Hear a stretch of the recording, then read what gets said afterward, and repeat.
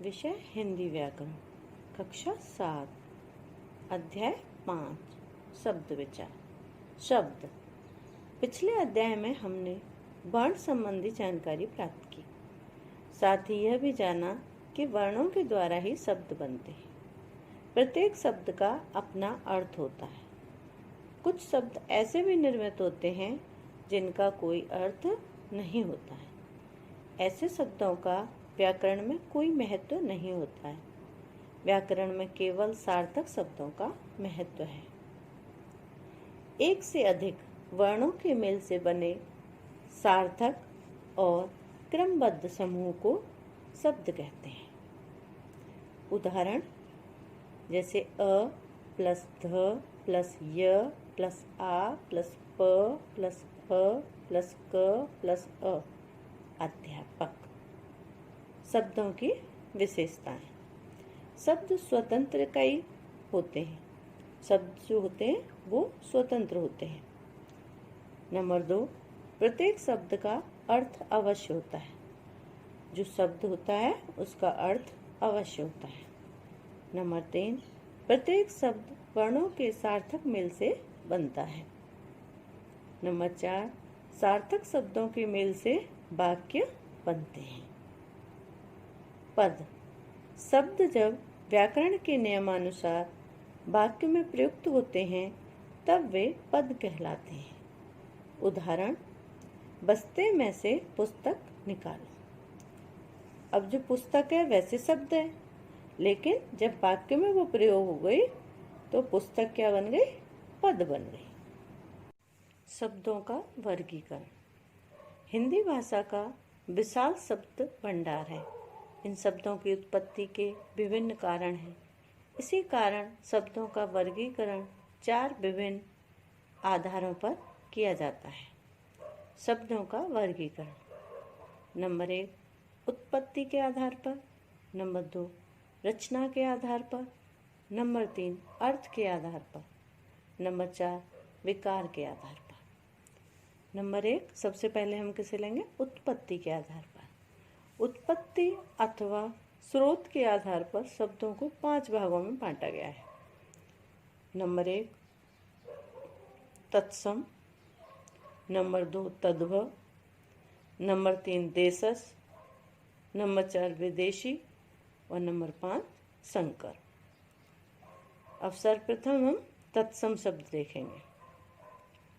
तत्सम शब्द वे शब्द हैं जो संस्कृत भाषा से अपने रूप में ही हिंदी में आ गए हैं। मतलब किससे आए? संस्कृत भाषा से, और सीधे हिंदी में आ गए अपने ही रूप को लेके।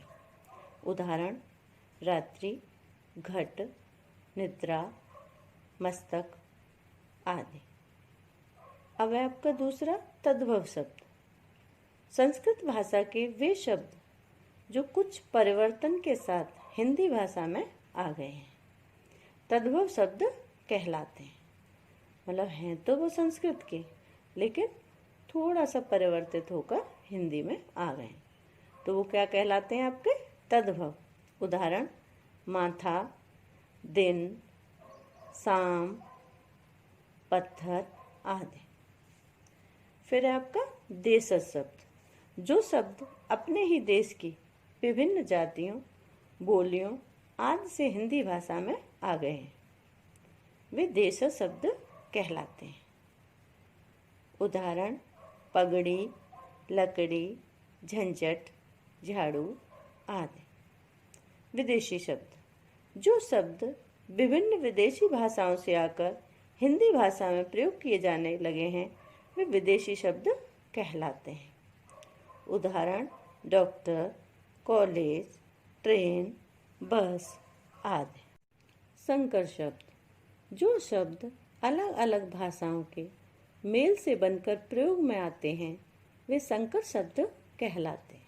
उदाहरण रेलगाड़ी, जिलाधीश, डाकखाना आदि। अब दूसरा है हमारा रचना के आधार पर। रचना के आधार पर शब्दों को 3 भागों में बांटा गया है। नंबर 1, रूढ़ शब्द। नंबर 2, यौगिक शब्द। नंबर 3, योग रूढ़ शब्द। नंबर 1, रूढ़ शब्द। वे शब्द जिनके सार्थक खंड नहीं किए जा सकते हैं तथा वे किसी विशेष अर्थ के लिए प्रचलित हैं, रूढ़ शब्द कहलाते हैं। उदाहरण लड़का, दुकान, दिन आदि। यौगिक शब्द वे शब्द जो दो या दो से अधिक सार्थक खंडों से मिलकर बने हों, यौगिक शब्द कहलाते हैं। उदाहरण दुकान प्लस दार, दुकानदार।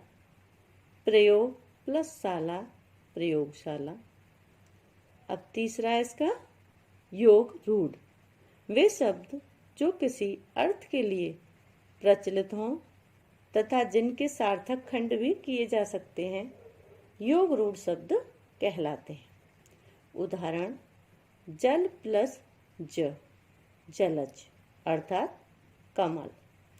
नील प्लस कंठ, नीलकंठ अर्थात शिवजी। अर्थ के आधार पर शब्द के भेद। अर्थ के आधार पर शब्दों के दो भेद होते हैं, सार्थक शब्द और निरर्थक शब्द। सार्थक शब्द वे शब्द जिनके अर्थ होते हैं सार्थक शब्द कहलाते हैं, मतलब जिनका कोई अर्थ हो वही सार्थक शब्द कहलाते हैं। सार्थक शब्द अर्थ की दृष्टि से चार प्रकार के होते हैं, इनके विषय में हम आगे पढ़ेंगे। सार्थक शब्द एकार्थक शब्द, अनेकार्थक शब्द, समानार्थक शब्द, विपरीतार्थक शब्द। निरर्थक शब्द वे शब्द जिनका कोई अर्थ नहीं होता है, निरर्थक शब्द कहलाते हैं। उदाहरण वात, वाय, बोटी आदि। विकार के आधार पर शब्दों को जब वाक्यों में प्रयोग किया जाता है तो वे दो प्रकार से प्रयोग किए जाते हैं। इस प्रकार विकार के आधार पर शब्दों को दो भागों में बांटा जाता है, विकारी शब्द और अविकारी शब्द। नंबर 1 विकारी शब्द वे शब्द जिनको वाक्यों में परिवर्तित करके प्रयोग किया जाता है, विकारी शब्द कहलाते हैं। उदाहरण लड़की, लड़कियां, लड़कियों। इस प्रकार विकारी शब्द चार प्रकार के होते हैं। नंबर 1 संज्ञा, सर्वनाम, विशेषण और क्रिया। नंबर 2 अविकारी शब्द वे शब्द जो वाक्यों में बिना परिवर्तित किए मूल रूप में प्रयोग किए जाते हैं, अविकारी शब्द कहलाते हैं। अविकारी शब्द भी चार प्रकार के होते हैं। नंबर 1 क्रिया विशेषण, नंबर 2 संबंध बोधक, नंबर 3 समुच्चय बोधक और नंबर 4 विस्मयादि बोधक। धन्यवाद।